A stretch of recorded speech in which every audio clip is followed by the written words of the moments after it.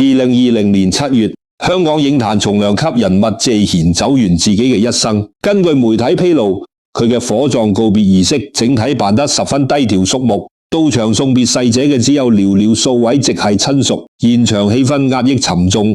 可全港輿論嘅焦點並冇集中喺逝者身上，反倒齊齊落在一處空置嘅席位。陪伴謝霆鋒長達12年嘅王菲，整場喪禮全程冇現身，各類小道消息四處流傳，有傳聞稱謝賢生前立下嘅遺心，通篇完全冇提及王菲。唔少圈內八卦更係言之鑿鑿，聲稱謝賢由始至終都對呢位女子心存芥蒂。呢啲傳聞嘅真假，外人無從考證，但坊間嘅流言從未停歇。流傳最廣嘅說法，便係王菲天生命格強硬，屬於面相學女橫骨偏高嘅典型克夫格局。同佢交往嘅男性，好難落得圓滿結局。回看佢嘅兩段婚姻，兩任丈夫都曾係圈內風光無限嘅人物，一位係搖滾圈企喺頂端嘅領軍者，另一位係當年內地炙手可熱嘅當紅男演員。可疑人往後嘅人生境遇，照實讓唔少旁觀者為之賴身兜兜轉轉。仲有一個男人始終同王菲糾纏不清，就係年少成名，身邊從唔缺少追求者嘅謝霆鋒。跨越20餘年嘅分分合合，謝霆鋒最終都係選擇同王菲走到一起。唔少人因此開始擔憂，謝霆鋒往後會唔會都被王菲過硬嘅命格所拖累？其實早喺王菲剛踏入演藝圈嘅時候，就已經有玄學高人看透咗佢呢一生嘅禍福起伏，仲有呢條布滿坎坷嘅感情之路。香港知名玄學大師蘇文峰早年就對王菲嘅命運走向做過推演。所謂克夫嘅說法，真相到底係乜？蘇文峰當年又道出過那些不為人知嘅論斷，借助易經嘅思維去回看王菲跌宕起伏嘅大半輩子，又能讀懂點樣嘅因果道理，將時間撥返90年代初嘅香港樂壇，嗰係巨星紮堆嘅黃金時代。西文林奕、連綿梅艷芳個個實力出眾，手握樂壇絕大多數資源，後來者幾乎好難揾到出頭嘅機會。就喺呢個時期，王菲由北京隻身來到香港發展，冇家庭背景，也冇圈內人脈，更棘手嘅係當時香港社會對內地過來嘅新移民普遍帶住偏見，一個講住一口地道北京話，完全唔識粵語嘅年輕女孩，行走喺繁華嘅彌敦道，就連問路都覺得同呢座快節奏城市格格不入，窒息般嘅孤獨同無助，甚至讓佢連踏出家門都倍感恐懼。不過世事總有平衡，命運雖然冇俾到佢地利同人和，卻共予佢一副得天獨厚嘅好嗓音。呢也係王菲闖蕩香港唯一也最強大嘅資本。1989年，王菲正式出道，可現實十分殘酷，幾乎冇人留意到呢個氣質冷冽嘅年輕女生身處語言完全不通嘅困境。王菲骨子裏唔服輸嘅特質被徹底激發出嚟。短短2年時間，佢完成咗旁人眼裏幾乎不可能做到嘅事，由聽唔懂粵語到推出一整張粵語專輯，長久嘅隱隱呢伏，終於等來咗命運嘅轉機。1992年，機遇降臨，王菲為經典劇集《大時代》演唱插曲《容易受傷嘅女人》，呢首歌一經推出，迅速引爆整個香港樂壇。冇人能解釋點解呢把慵懶空靈嘅嗓音擁有直擊人心嘅強大感染力。由呢一刻起，王菲唔再係港人口中嘅內地來嘅女孩，一躍成為香港樂壇光芒萬丈、無可替代嘅新星。佢爆紅嘅速度勢如破竹，演唱會門票一票難求，人氣席捲整個華語地區，就連海外主流媒體也注意到呢位來自東方嘅神秘女歌手。佢仲登上咗《時代》雜誌嘅封面。可已經有言，亢龍有悔，企喺高處嘅人總要承受寒意。就喺王菲事業攀上頂峰嘅嗰一年，佢做出一件讓圈內所有人大跌眼鏡嘅舉動。佢將算命師傅俾到自己嘅命運預言，原封不動寫進自己嘅歌曲歌詞，將內心深處最真切嘅不安同惶恐唱俾萬千聽眾。嗰首歌便係隱喻意味十足嘅出路。歌詞寫道：我唯一相信愛情，渴望有個幸福家庭。可算命嘅說，我哋嘅婚姻並冇那麼如意。說你到40歲嘅時候會有外遇，我擔心。喺外人眼中，王菲永遠高高在上，性格孤傲疏離，絕唔向世俗妥協。但喺呢首歌裏，天后卸下偽裝，將自己對命運嘅恐懼全盤袒露。歌詞裏提到嘅算命師傅，正係蘇文峰。當年王菲嘅經理人悄悄拿咗佢嘅八字去找蘇文峰批算命盤。蘇文峰事後回憶，彼時佢並唔知道呢份八字屬於正當紅嘅王菲。派完命盤之後，佢眉頭緊鎖，直接計出數條鐵口直斷嘅推論，覆蓋事業、婚姻，仲有一生嘅禍福得失。其中第一條預言，後來被現實完全印證。命主若是30歲之前成婚，30歲過後好大機會會遭遇婚姻破裂。王菲本身篤信佛學，也十分看重命理因果。對於蘇文峰嘅呢番論斷，佢深信不疑。也正因為看得通透，反而對未知嘅命運生出畏懼。於是呢份沉甸甸嘅顧慮，被佢化作音樂傳遞出嚟。命運嘅齒輪唔會因為人嘅恐懼就停下轉動。90年代初期，王菲現場觀看有為嘅演出，當場被深深震撼。彼時嘅有為係黑豹樂隊嘅主唱，長髮皮衣，不拘小節，只要開口歌唱，台下數萬觀眾便為之瘋狂。佢身上冇流水線偶像嘅包裝感，係骨子裏流出嚟嘅音樂才華同狂傲。看完演出之後，王菲徹底被佢吸引。王菲性格直率果敢，遇上中意嘅人便主動靠近。一個係香港樂壇頂級天后，一個係北京地下搖滾圈嘅風雲人物。女追男，二人很快轟轟烈烈相戀，之後步入婚姻。婚後王菲甘願住進又為北京老舊嘅四合院，平房冇獨立衛生間，寒冬深夜想要上廁所，就得裹住厚外套，穿過漆黑胡同去外面嘅公共廁所。曾經有香港狗仔拍到清晨嘅王菲端住痰罐走喺胡同裏嘅畫面，照片傳回香港，引來鋪天蓋地嘅朝頌議論。所有人都覺得呢段門第差距懸殊嘅感情注定走唔遠。嗰個階段，王菲事業如日中天，各大頒獎禮拿獎拿到手軟。反觀盧維嘅事業開始走下坡路，過於前衛嘅音樂理念，讓商業演出機會越來越少。即便如此，王菲完全唔在意雙方地位收入嘅巨大差距。佢信奉傳統嘅婚戀觀念，覺得有愛就可以克服生活嘅艱苦。冇過幾耐，女兒鍾正彤出生，王菲滿心歡喜，以為自己終於擁有圓滿嘅家庭。可呢份看似美滿嘅生活，僅只係一場磨難嘅開端。王菲時常因為工作往返外地，喺佢唔喺北京嘅日子，為同攝影師高原慢慢越走越近，發展出地下戀情，始終就包唔住火。1999年，王菲正在外地巡演，因為思念丈夫臨時飛回北京，那英陪同佢一同回到四合院。當王菲滿心歡喜推開家門，眼前嘅一幕讓佢嘅精神世界徹底崩塌。佢親眼撞見竇唯同高原共處一室，巨大嘅衝擊讓王菲僵喺原地，連喊都發唔出聲音。眼淚止唔住流淌，嘴巴大張卻半個字都說唔出來。一旁嘅李英怒火攻心，上前斥責高原，質問對方明知對方有家室，點解仲要介入？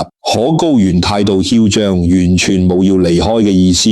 事發之後，廖維做出震驚全社會嘅舉動，佢帶住高原出席媒體發佈會。出軌嘅丈夫公然帶住第三者面對鏡頭，對外宣告自己嘅感情轉移。邱維表示自己曾經愛過王菲，只係二人精神層面漸漸無法同頻，自己同高原先係靈魂契合。喺呢段婚姻裏，王菲恪守本分，冇做錯任何事，最後卻落得慘敗收場。二人迅速辦理離婚手續，王菲獨自撫養女兒汪正彤。呢一年，王菲剛好30歲，蘇文峰30歲，前結婚30歲後已離婚嘅預言，分毫不差應驗。已經有咁樣嘅道理，世間萬物好難達到絕對圓滿，事物鼎盛到極點之後，就會逐步走向殘缺。王菲嘅人生就係最好嘅寫照。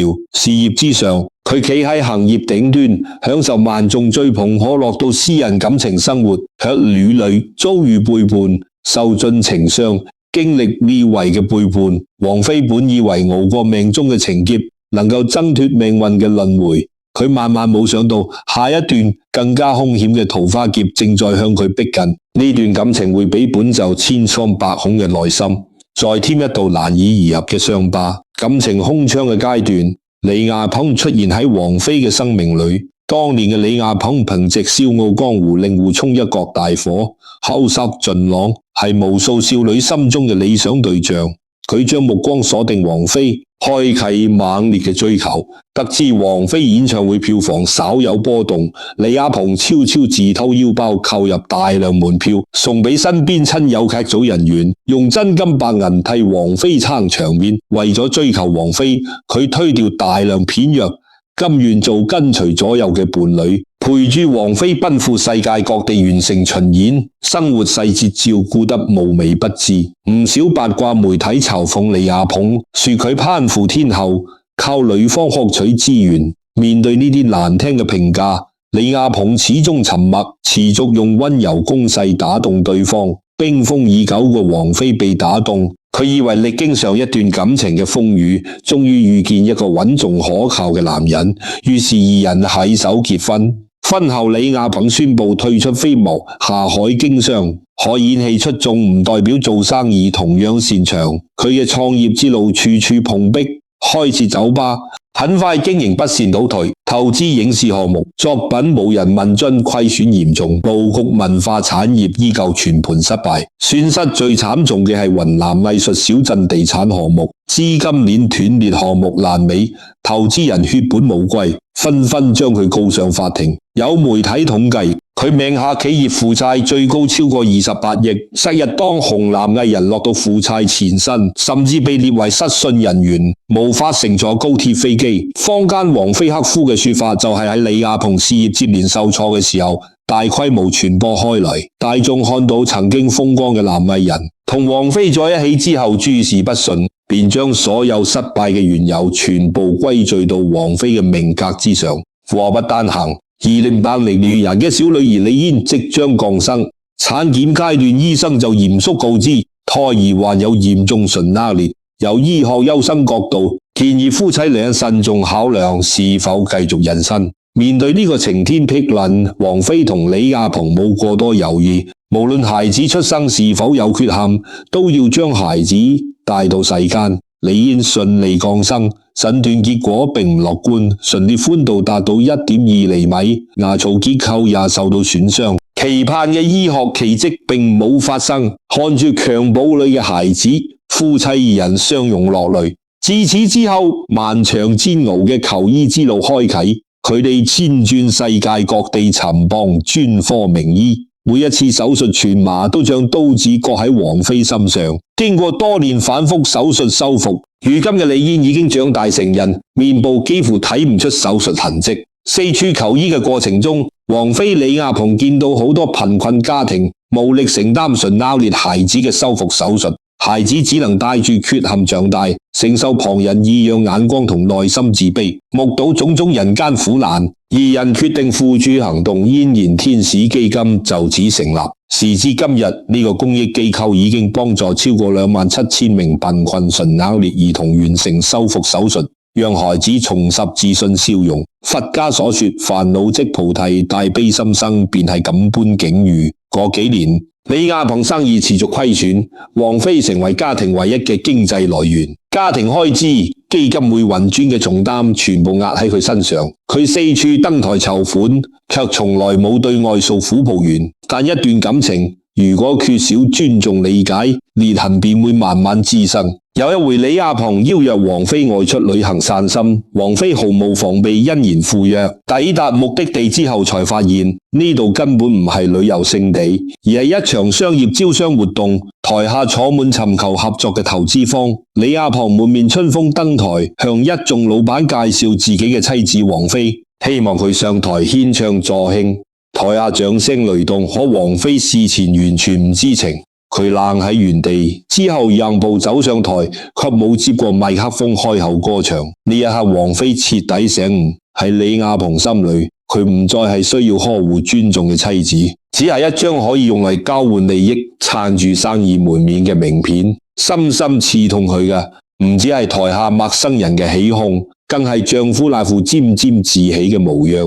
愛莫大於心死，愛意被功利消磨殆盡，緣分也就走到盡頭。2013年9月13日，王菲微博發布簡短文字宣告婚姻終結，借一世夫妻緣盡至此，可還好，你也保重。寥寥16個字，冇互相指責，保留住彼此最後嘅體面。李亞鵬嘅離婚聲明寫下一句耐人尋味嘅話：我要的是一個家庭，你卻注定是一個傳奇。後續接受財經訪談，被問到年年虧損嘅壓力，李亞鵬脫口而出：所以我離婚咯。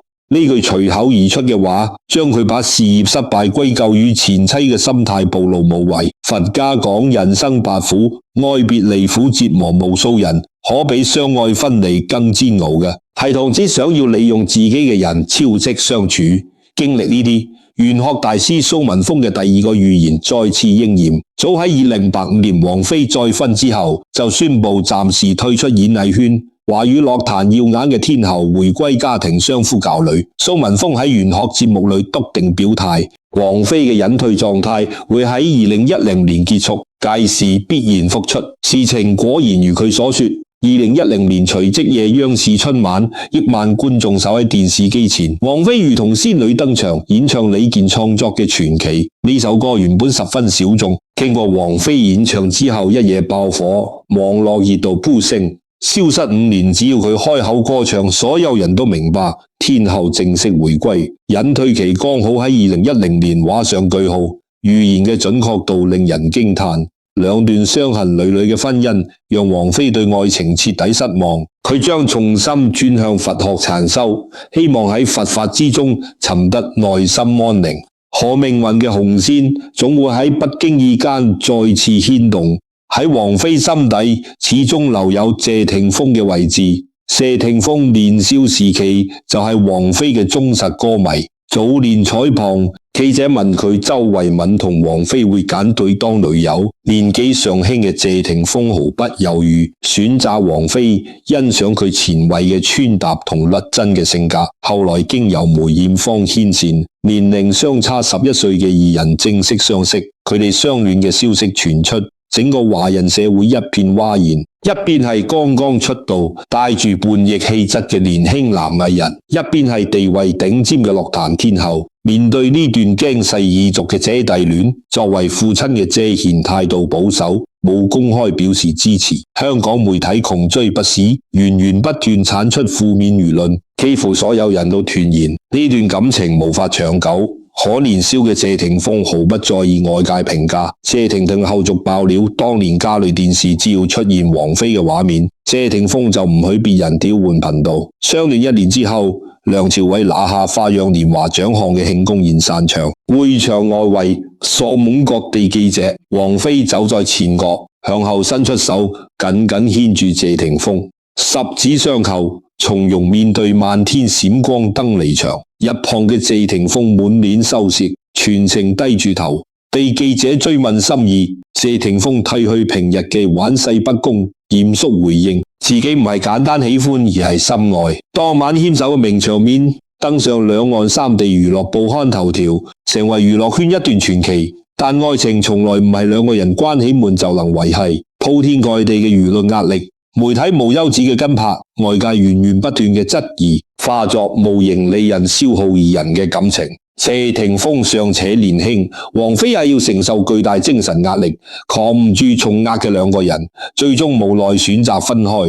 分開之後，命運推住二人走向唔同嘅人生軌道。謝霆鋒迎娶張柏芝，生下兩個兒子。王菲嫁給李亞鵬，迎來女兒李嫣。看似各自擁有歸宿，可心底嘅情愫並未徹底消散。有傳聞張柏芝私下同閨蜜坦言，謝霆鋒可以同世間任何女人相伴，唯獨放不下王菲。枕邊人最清楚，謝霆鋒內心最重要嘅位置一直留俾王菲。時間來到2013年，王菲同李亞鵬官宣離婚，謝霆鋒同張柏芝也已經分開2年。知情人士透露，係謝霆鋒主動放下身段苦苦追求，糾纏半生嘅風飛戀迎來世紀復合。消息一出，輿論再度炸開，一部分人企喺道德角度指責謝霆鋒，也有唔少矛頭對準王菲，斥責佢介入別人嘅過往。輿論嘅攻擊比多年前更加猛烈。本該收穫祝福嘅重逢，卻要歷經重重磨難。而眾多難關當中，最難跨越嘅就係謝霆鋒家人嘅看法。謝賢喺香港演藝圈地位顯赫，對於王菲呢個經歷兩段婚姻、行事隨心所欲嘅伴侶，心裏究竟作何感想？2026年7月，一代藝人謝賢離世，消息傳開，全港乃至整個華人圈子都喺討論同一個問題：王菲能不能以家屬嘅身份送別謝賢最後一程？喺謝家呢種傳統豪門體系之中，王菲嘅身份十分尷尬。噩耗傳來嘅時候，謝霆鋒正在青谷舉辦大型演唱會，接到父親病危通知，佢立刻停止全部工作，包機連夜趕回香港，總算趕上見謝賢最後一面。火葬出殯當日，靈堂之內打點送行嘅至親只有3位：謝霆鋒、謝婷婷，仲有謝賢嘅前妻狄波拉。狄波拉喊得雙眼紅腫，腳步虛浮，需要謝婷婷喺一旁攙扶。即便早已同謝賢離婚，定居新加坡，收到噩耗嘅狄波拉依舊第一時間飛回香港奔喪。靈堂之中，謝霆鋒企喺中間，母親陪喺身旁，佢嘅2個親生兒子則跟隨張柏芝生活，陪伴謝霆鋒12年嘅王菲，整場儀式冇現身。呢並唔係王菲生性冷漠，不在意謝霆鋒嘅感受。王菲同謝霆鋒復合12年，一直只係情侶相處，從來冇辦理結婚登記。按照華人傳統喪禮規矩，冇法律同冥婚加持，王菲冇資格踏入謝家靈堂。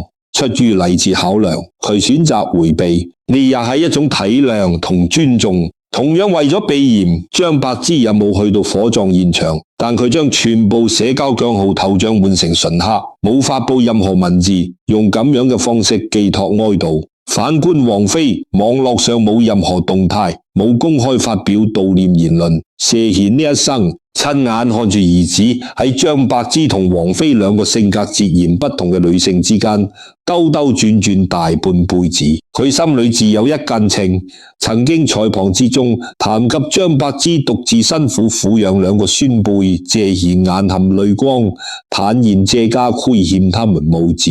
當記者刻意提問點樣看待謝霆鋒最終選擇王菲，謝賢收起笑意，認真回應：感情屬於謝霆鋒嘅私人生活，自己唔會過多干涉。只要兒子過得開心，就有佢嘅道理。公開場合，謝賢從未說過王菲半點壞話，卻也不曾當眾誇讚佢。熟悉謝賢嘅圈內人總結8個字：柏芝顧家，王菲才氣。喺謝賢嘅認知裏，相夫教子嘅張柏芝更貼合傳統認知裏謝家新抱嘅標準，而才華出眾、行事灑脫嘅王菲係值得欣賞嘅傳奇女性。香港媒體爆料，謝賢委託律師擬定嘅遺囑，長長嘅名單當中完全冇王菲嘅名字，自己不生即生落來嘅大部分遺產，全部留俾張柏芝所生嘅2個孫子，指定由張柏芝代為管理。遺囑附加一條嚴苛條件，只要張柏芝不再改，遺產管理權就唔會被收回。家族財富傳承之外，謝霆鋒早就設立信託基金，將自己10億資產留俾2個兒子。爺爺謝賢一隔代將財產俾到孫輩，長達12年嘅陪伴，王菲喺謝家嘅財富體系裏面，由始至終冇一席之地。隨住謝賢離世，象徵家族認可嘅那扇大門，旁否徹底向王菲關上？已經有言：積善之家必有餘慶，積不善之家必有餘殃。王菲待人處事始終保有體面。面對張柏芝，佢不曾落井下石，抱有女性之間嘅共情；對待謝賢，保持距離，保有後輩嘅敬重；對待2個女兒，教育方式開明通透。可呢份得體之下，黃跟住一睹世俗造就，難以逾越嘅高牆。王菲喺圍牆之外默默守候12年，家族長輩已經離世，但世俗帶嚟嘅無形壓力依舊屹立不倒。好多人感慨命運對王菲太過殘酷，賜予佢舉世無雙嘅天賦同名望，卻目睹世俗意義上安穩嘅家庭。可王菲冇因為情路坎坷就消極沉淪。同李艾平離婚之後，外界都以為佢同嫣然天使基金嘅緣分就此結束，事實卻並非如此。幫助純幼劣兒童呢件事，佢從來冇停下腳步。多年來，王菲以匿名捐贈者嘅身份，每年向嫣然天使基金匯入大額款項。呢筆錢冇拿來做容易博取媒體曝光嘅兒童手術專項，而是填補機構最容易被忽視嘅行政運營開銷，維持大型公益機構運轉，場地租金、員工薪資、物資採購，處處都需要資金。呢啲開支好少會有捐贈人願意出資。王菲連續10年從未中斷匯款，匯款備註欄簡單寫住4個字，用於行政成本。整10年，基金會內部大部分人都唔知道呢位默默托舉機構運轉嘅捐贈人係誰。直到2026年初，國內慈善相關法規收緊，嫣然天使基金開啟財務透明化改革，完整審計報告對外公示，王菲隱藏10年嘅善舉才被大眾知口。報告顯示，10年間匿名狀態下，王菲累計捐出3268萬人民幣。消息曝光，全網為之動容。當然，網絡上也有唔一樣嘅聲音，有人冷言冷語，覺得錢冇直接花喺孩子手術上面，唔值得大肆誇讚。但懂公益行業嘅人都清楚，專項手術捐款按照法規只能用於醫療手術同器材，不能挪作機構房租、人員工資。如果機構連基礎運營都維持唔住，又點安排孩子做手術？王菲填補呢份吃力唔討好嘅資金缺口，讓普通民眾捐出嘅每一筆手術捐款都可以100%用喺患兒身上。呢份格局唔係普通人能夠做到，佢也極少喺公開場合提起自己做慈善嘅經歷，唔會拿善行俾自己博好感。曾經有相熟嘅媒體記者問佢點解行善要隱姓埋名，王菲淡然答道：幫助到別人，心裏得到感念就足夠。特意四處宣揚，反倒顯得刻意做作。就連曾經同佢分開鬧得唔愉快嘅李亞鵬，後來公開評價王菲，也由衷認可佢長久以來嘅善良同低調。呢份行善不求回報、不執着名聲嘅處事方式，正係佛家所說無相布施，係種下善因嘅很高境界。呢份清淨嘅善緣會一直流傳。王菲帶嚟嘅影響遠遠唔止慈善領域。2025年，國際天文學聯合會經過審核，將宇宙之中一顆小行星以王菲嘅名字命名，遙遠星空。有一顆星體永久以佢為名。佢嘅音樂跨越語言同國界，海外劇集大結局會採購佢嘅粵語歌曲當做配樂。澳洲時尚雜誌大篇幅評價佢憑一己之力塑造90年代亞洲嘅潮流風向。唔少小眾音樂人被王菲賞識翻唱之後，被億萬聽眾看見，人生軌跡就此改寫。每逢春晚，王菲登台，喧鬧嘅現場都會安靜落來，所有人靜靜聆聽佢嘅歌聲。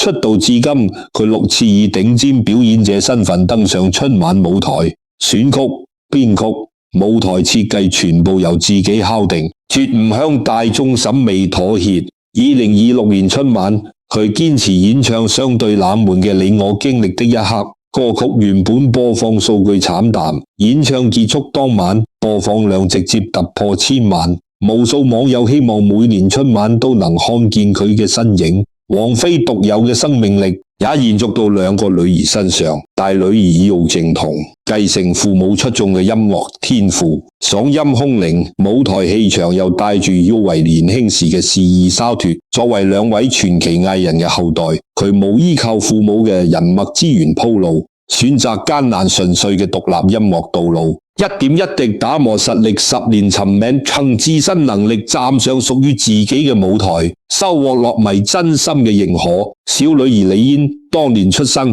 伴隨先天缺陷，王菲抱住襁褓裏嘅嬰兒，跨越重洋，一次次奔赴海外接受手術，過往嘅眼淚煎熬，換來如今女孩自信明媚嘅模樣。對於一位母親而言，過往所有苦難都有咗歸宿。王菲曾經喺出路裏面發問：我想走條出路，到底有沒有出路？我信佛者有沒有幫助？30多年歲月流轉，歷經2段婚姻破碎，無數輿論風波，王菲不再追問呢個問題。佢用自己大半輩子親身寫下答案。出路唔係算命師傅測算出嚟嘅既定路線，也唔係拜佛祈求就能得來嘅捷徑。當身處黑暗谷底，滿身傷痕，依舊唔選擇報復，唔自我放棄，持續向世界釋放善意，一步一步由荊棘泥濘之中走出屬於自己嘅道路。回過頭再看開篇嘅疑問，王菲真係坊間傳言那般命硬刻苦嗎？答案係否定嘅。佛家嘅觀念認為，人呢一生會遇見奪、愛上奪、失去奪，唔存在命格克害嘅說法。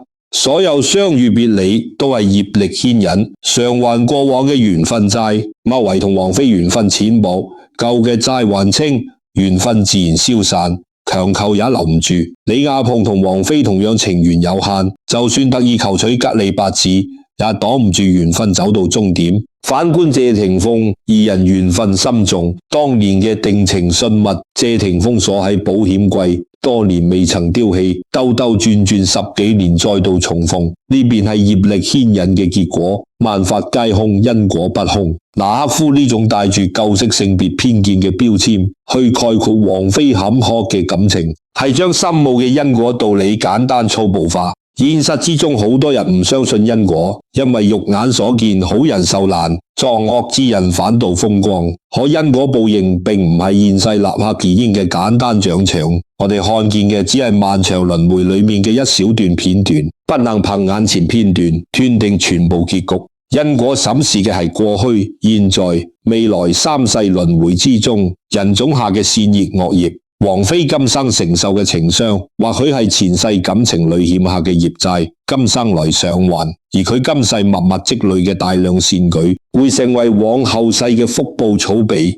3世因果唔係做惡事，立刻就會遭遇災禍。前世種下嘅因，歷經漫長歲月，等到時機成熟，才會結出苦果。同理，今世種下善念，或許呢一生都看不到回報。但因緣成熟之時，福報終會呈現。天道嘅記錄分毫不會差錯。易經諺話講：天道規形而益咁，天道運行嘅規律會揀選過於圓滿嘅事物，去彌補有所缺陷嘅部分。王菲事業名利已經抵達頂峰，於是命運便喺感情家庭上留下缺口。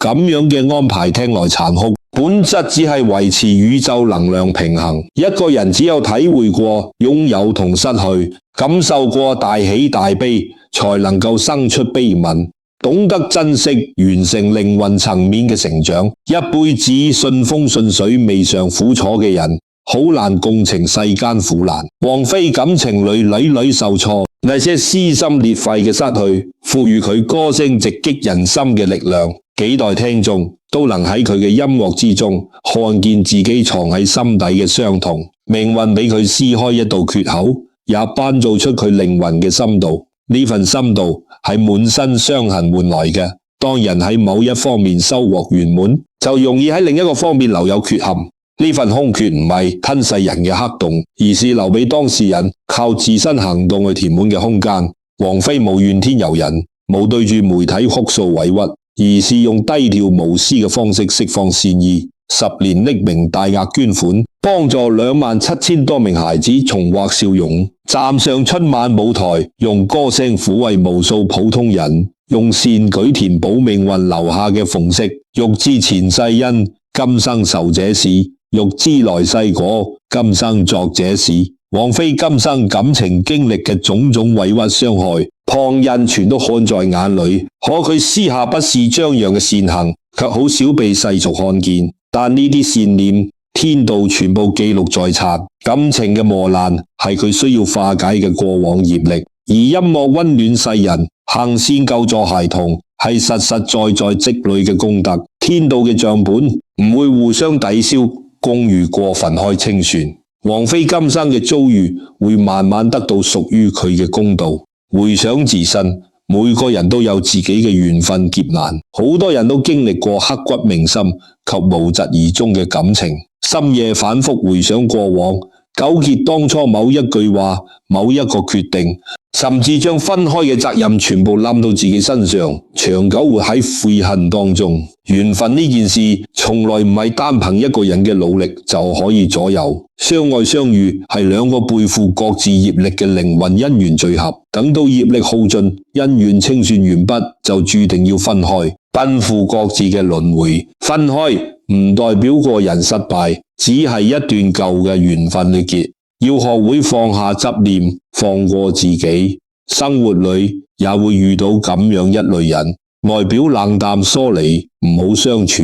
或許那只係受傷之後自我保護嘅外殼，佢哋對待感情絕唔將就，寧願孤獨，也唔願意湊合虛假嘅關係。堅硬外殼之下，心底也會有迷茫，又會發問出路到底喺邊，信仰能不能帶來幫助？世間眾生各有各要渡嘅劫難，各有各要找尋嘅方向。有的人悟性高，很快尋得內心光明；有的人業障深重，要喺黑暗之中跌撞好耐。但只要唔放棄自我，不停下腳步，生命就永遠存有希望。天行健，君子以自強不息；天道剛健，運轉生生不息。只要人心不死，就唔會被徹底放棄。王菲歷經情傷，依舊選擇擁抱世界。普通人哪怕身處人生低谷，也唔好停下前行嘅腳步。如果看完呢段故事，你對命運得失有新嘅感悟，可以留下善念，也願更多人得到啟發，種下善因。心存正念，自有天道最好嘅安排。